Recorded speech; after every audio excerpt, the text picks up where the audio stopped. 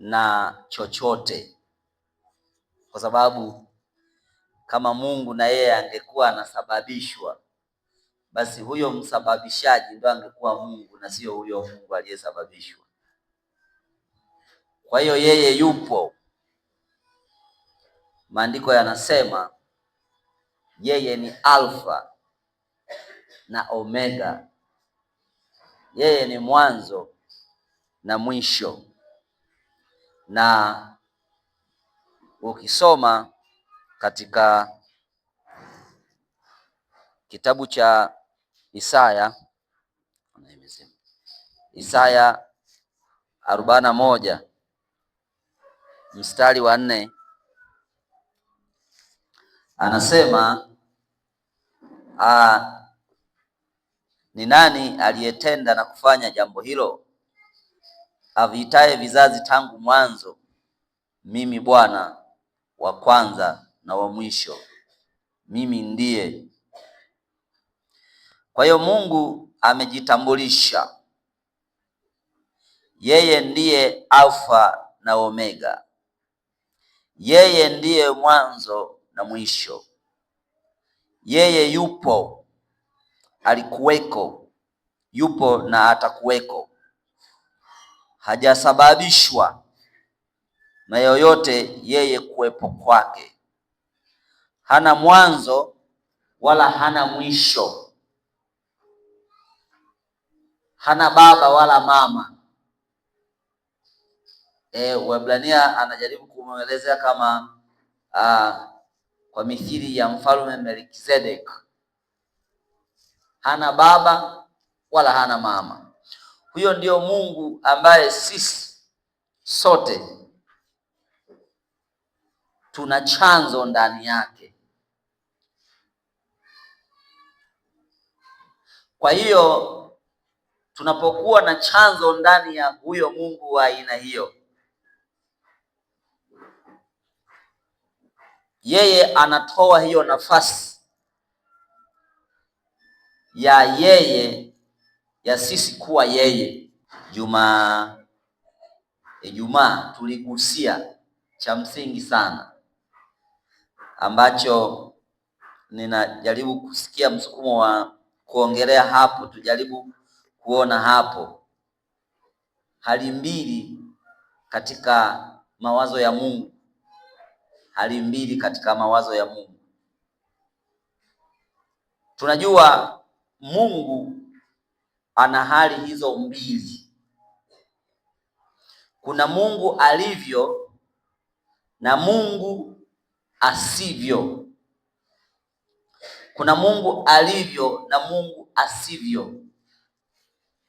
Ni hali mbili katika mawazo ya Mungu. Yes. Nataka tuangalie hapo kwa hizi dakika chache.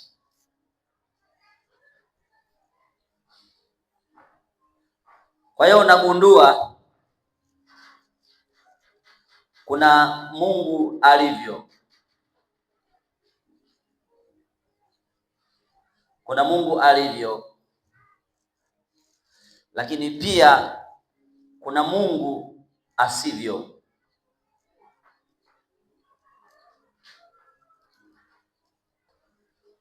Mungu alivyo, yeye ni vyote, ni vyote, ni vyote. Anasema ndani yake ndimo ulimokuwa uzima, na vyote vilifanyika kwa yeye, na pasipo yeye hakuna kilichofanyika ambacho kilifanyika, hakipo. Kwa hiyo kwenye wazo la Mungu alivyo ni vyote, ni vyote. Mungu asivyo ni hali ya, ni kijitambulishio, kwa sababu hali ya Mungu alivyo ambayo ni vyote haiwezi ikatambulika bila kuwepo hali ya Mungu asivyo. Hii hali ya Mungu alivyo haiwezi kutambulika,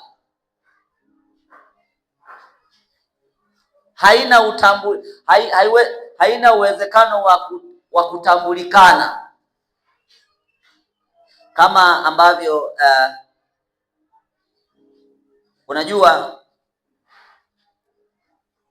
sifa au tuseme kwa mfano hali ya mwanaume kujijua kwamba yeye ni mwanaume, ilikuwa ni muhimu awepo mwanamke.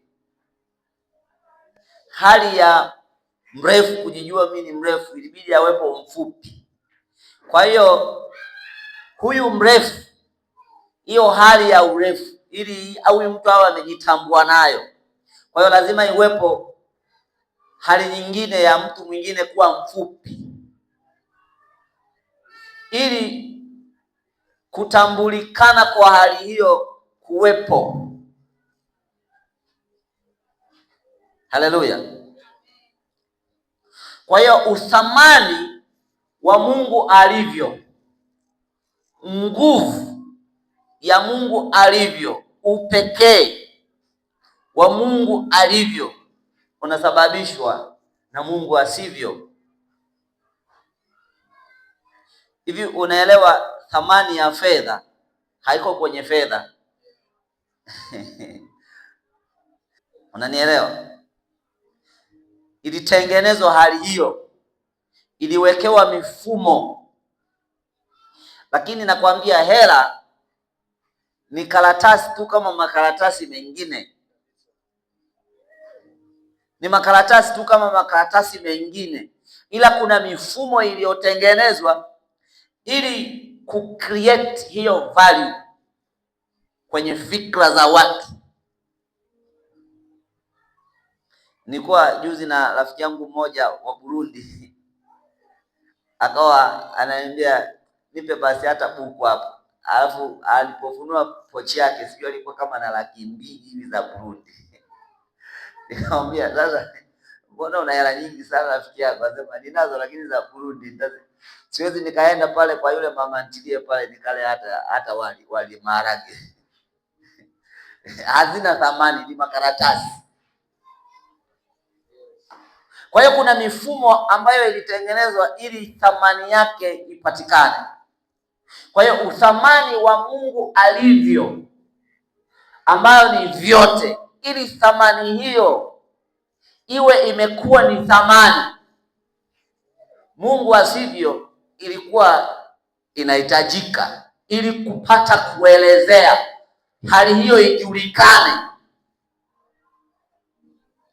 Kwa hiyo unagundua Mungu asivyo ni ya muhimu sana,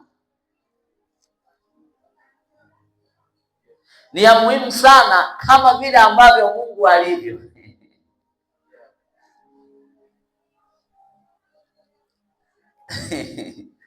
Mungu asivyo ni ya muhimu sana kama vile ambavyo Mungu alivyo, kwa sababu thamani ya Mungu alivyo, ambaye ni vyote, haiwezi ikaelezewa, haiwezi ikajulikana, haiwezi ikapata thamani yake bila ya Mungu asivyo kuwepo.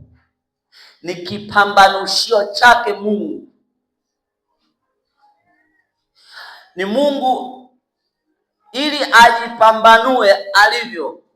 Hii Mungu asivyo, hali ya Mungu asivyo katika hali ya mawazo yake ilihitajika. Haleluya! Na unagundua wazo hili la Mungu asivyo, unajua watu wanafikiria ni kitu kibaya. Sio kitu kibaya. Sio kitu kibaya kama unavyofikiri, sio kitu kibaya. Kwa hiyo kwenye wazo la Mungu asivyo, ili Mungu ajipambanue alivyo, hali hii inahitajika. Sasa Mungu ana hali hizi zote ziko ndani yake, alivyo na asivyo. Sasa anapomuumba mwanadamu, anapotoa kopi ya mawazo yake ambayo yana hali hizi, na Mungu anajua kwenye asivyo ni si chochote, ni hakuna, si chochote, ni hakuna chochote, hakuna chochote. Sasa Mungu anapomuumba mwanadamu anatoa kopi ya mawazo yake ambayo ina hali hii. Kwa hiyo mwanadamu anapoanza kukua, manake hali hizi zitaanza kukua na kujichambua ndani yake. Kumbuka, Mungu ndiye pekee ambaye hasababishi kuwepo. Hana aliyemsababisha kuwepo. Yeye ndiye chanzo, yeye ndiye vyote. Kwa sababu kama kuna aliyemsababisha kuwepo, basi huyo aliyemsababisha kuwepo ndio Mungu, sio huyo Mungu aliyesababisha kuwepo. Kwa hiyo ili Mungu abakie Mungu, lazima yeye awe ndo chanzo, yeye ndo awe mwanzilishi wa vyote, yeye ndiyo vyote katika vyote, ndani ya vyote. Haleluya! Kwa hiyo anapokuwa maisha, maana yake ndo anakuwa msababishi wa maisha mengine kuwepo, maisha ya miti kuwepo, maisha ya ndege kuwepo, maisha ya mimea mbalimbali ya kila aina kuwepo, nyangumi, wanyama kwenye wa majini, wa angani, msituni pote, mpaka wadudu wadogo wadogo, akiwemo na mtu. Uhai wake una chanzo kwake. Yeye ndiye ambaye ni chanzo cha vyote. Kwa hiyo hali ya wakati Adamu anaendelea sasa kukua katika kujielewa, hali ya Mungu alivyokuwa anaendelea kujitambua nayo, hali ya Mungu asivyo pia ilikuwa anajitambua ndani yake. Kwa hiyo ni vitu ambavyo vilikuwa vinakuwa kwa pamoja. Akijitambua kwenye alivyo, asivyo pia ilikuwa inajitokeza kwenye kila kipengele. Kumbuka, Adamu ndiye pekee ambaye tunaweza tukasema kwamba mtu mzima, mtoto ndo aliumbwa akiwa mzima kiungo, lakini kwenye kujua kwake akiwa zero. Kwa hiyo na yeye ndo alianza kujua kutokea kwenye zero, akaanza kujitambua, akaanza kufahamu, akaanza kuelewa. Sasa kule kuelewa ndo kulikuwa kunazalisha hali hizi mbili, na hali hizi mbili zilikuwa hazitoki nje yake kuja ndani yake, ni hali ambazo ziko ndani yake, ila kadri alivyokuwa anaendelea kukua katika kufahamu, ndo alikuwa anazidi kutambua hali hizo.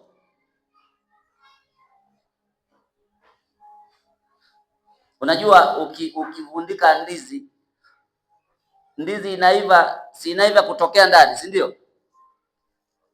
Ni hali ambayo ni badiliko la ndani linaloendelea kutokea. Sasa kwenye wazo la Mungu asivyo, hapa ndo Lucifer. Kumbuka, ni hili wazo la Mungu asivyo ni si chochote. Ili wazo halina ubaya wowote, halina ubaya wowote ili wazo, ila mwanadamu anapojitambulia hapo kwenye wazo la Mungu asivyo, kwa kitendo cha yeye kuwa hapo kwenye wazo la Mungu asivyo, kitendo cha yeye kujitambua kwenye hali hii, akazaliwa kwenye hali hii, fikra zake na hali yake ya kujitambua sasa ndo ikaanza kutengeneza ubaya. Kumbuka ni si chochote. Kwa hiyo kama ni si chochote, maana yake hali hiyo, ufahamu wa mwanadamu unapojitambua kwenye si chochote, ufahamu wa mwanadamu unaanza kutengeneza madhara. Unaanza kutengeneza madhara ili mwisho wa siku kufika kwenye si chochote, kwa sababu ndo imejitambua kwenye hali hiyo. Lakini yale madhara sio madhara yanayosababishwa na wazo la Mungu asivyo. Yale madhara ni madhara yanayotengenezwa na hali ya mwanadamu kujitambua kwenye wazo hilo. Haleluya. Kwa hiyo tunapozungumza habari ya mti wa kifo, habari ya mti wa kifo ni matokeo ya mwanadamu kujitambua kwenye wazo la Mungu asivyo, lakini sio hali ambayo inazalishwa moja kwa moja na wazo la Mungu asivyo, ila ni wazo ambapo, kwa sababu mwanadamu alipojitambua, kumbuka mwanadamu alivyojitambua kwenye wazo la Mungu asivyo, kumbuka aliumbwa kwa mfano wa Mungu na sio kwa uhalisia wa Mungu alivyo. Alivyoumbwa katika ule mfano wa Mungu, maana yake ndo alitakiwa sasa aamini kwenye wazo la Mungu alivyo ili atoke kwenye umfano.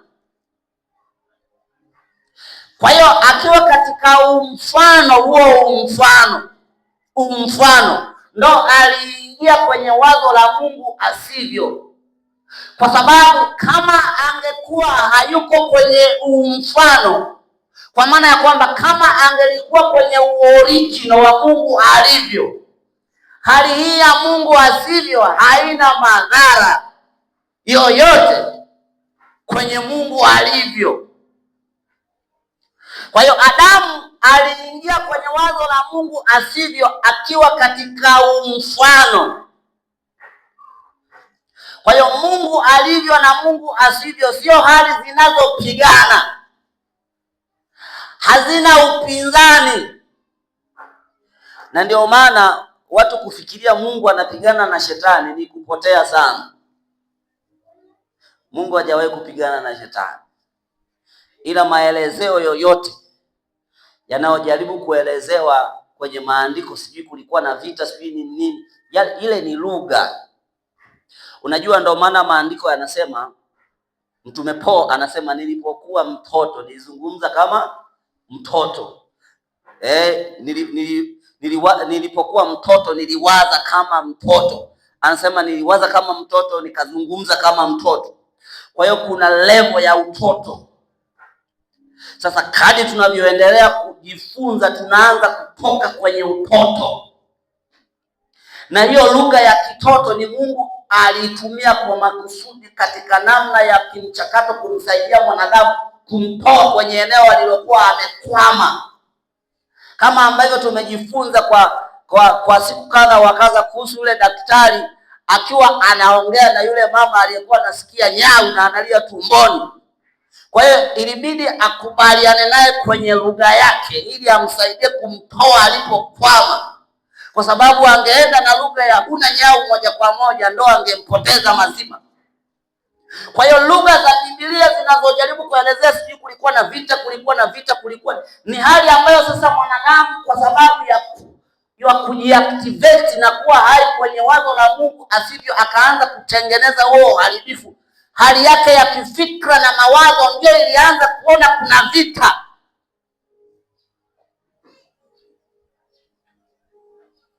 Kwa hiyo hali ya vita ilitengenezeka kwenye fikra za mtu. Kwa hiyo kwa kitendo cha mawazo ya huyu mtu kuwa kwenye wazo la Mungu asivyo, ikaanza kutengeneza hizo kelele.